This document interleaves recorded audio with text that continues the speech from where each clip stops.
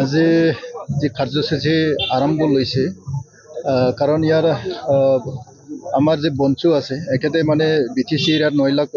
পুলি ৰোপণ কৰাৰ এটা সিদ্ধান্ত লৈছে আৰু এই হিচাপে আজি ইয়াৰ 10,000 পৰা 15,000 লৈকে একেতে মানে আজি ইয়াত প্লান্টেশন কৰিব চেষ্টা কৰিছে গতিকে ইয়াত বঞ্চু আৰু বিভিন্ন NGO আৰু গাঁৱৰ পৰা আহিছে ৰাইজে আৰু ডিপাৰ্টমেণ্ট পৰা আহিছে বাক্সা ডিভিজন ফৰেষ্ট ডিপাৰ্টমেণ্ট পৰা এইখিনি আমি আজি যেটো প্ৰগ্ৰাম আমি কৰিবলৈ লৈছো আৰু ইয়াৰ মই এটা কথা ক'ব বিচাৰিছো সকলো শ্ৰেণীৰ সকলো ব্যক্তি যাতে প্লান্টেশন কৰে এইখিনি মই ৰিকুৱেষ্ট কৰিব বিচাৰিছে আৰু আমাৰ ইয়াৰ দ্বাৰাই মই জনাব বিচাৰিছে কাৰণ আমাৰ হাতত পুলি এভেইলেবল আছে গতিকে পুলি যোনে প্লান্টেশন কৰে জঙ্গল হোক ফৰেষ্ট এৰিয়া হোক বা নন ফৰেষ্ট এৰিয়া হোক যিকোনো ৰেভিনিউ এৰিয়াত খালি জায়গাত বা কোনোবা ৰাস্তাত হ'ব পাৰে কোনোবা খালি জায়গা হ'ব পাৰে তাতে মানে সকলো শ্ৰেণী ব্যক্তিয়ে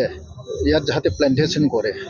আৰু প্লান্টেশন কৰাৰ কাৰণে সেপলিং আমাৰ পৰা লৈ যায় এই কাৰণে এইখিনি মই জনাই মোৰ বক্তব্য এইখিনি হয় আমাৰ পৰিকল্পনা আছে 5 জনৰ এটা ডাঙৰ প্ৰগ্ৰাম লোৱা হ'ব এইখিনি আমি পৰিকল্পনা কৰিছে কি ল'ব এই প্ৰগ্ৰামটো কি অন্তৰ্ভুক্ত কৰিব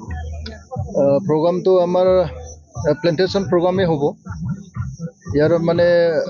ৰাইজক লৈ পেলাই আমি প্লান্টেশন প্ৰগ্ৰামটো আৰম্ভ কৰা হ'ব বড়ো নেশ্যনেল ষ্টুডেণ্টছ ইউনিয়নৰ পৰা আমি যোৱা 28 তাৰিখত যোৱা মাহৰ 28 তাৰিখৰ পৰা আমি গছ ৰোৱাটো আমি আৰম্ভ কৰিছোঁ আৰু আমি চিৰাং জিলা আৰু কোকৰাঝাৰ জিলা ইয়াত আমি প্ৰায় more than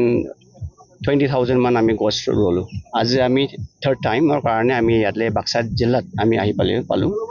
মেইন উদ্দেশ্যটো হ'ল কি আমাৰ যে এটা মুভমেণ্ট আছিলে এইটো মুভমেণ্টৰ 9 লাখ প্লান্টেশনৰ আৰু ইয়াৰ লগতে আমাৰ এটা আছে উদ্দেশ্য হয় গ্ৰীনাৰ বডোলেণ্ড এই বডোলেণ্ডখন আমি গ্ৰীনাৰ কৰিব খুজিছোঁ আৰু ইয়াতে আমাৰ মানুহবিলাকৰ কনচেপ্টটো অলপমান ভুল ধৰণা মানে হৈ আছে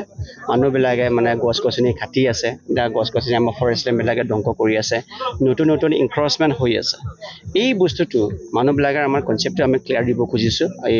মুভমেণ্ট প্লান্টেশন মুভমেণ্টৰ দ্বাৰাই আৰু ইয়াতে হ'ল কি এই যেতিয়া আমি গছ-গছনিটো থাকিব জীয়াই তেতিয়াহে মানুহবিলাকে জীয়াই থাকিব পাৰে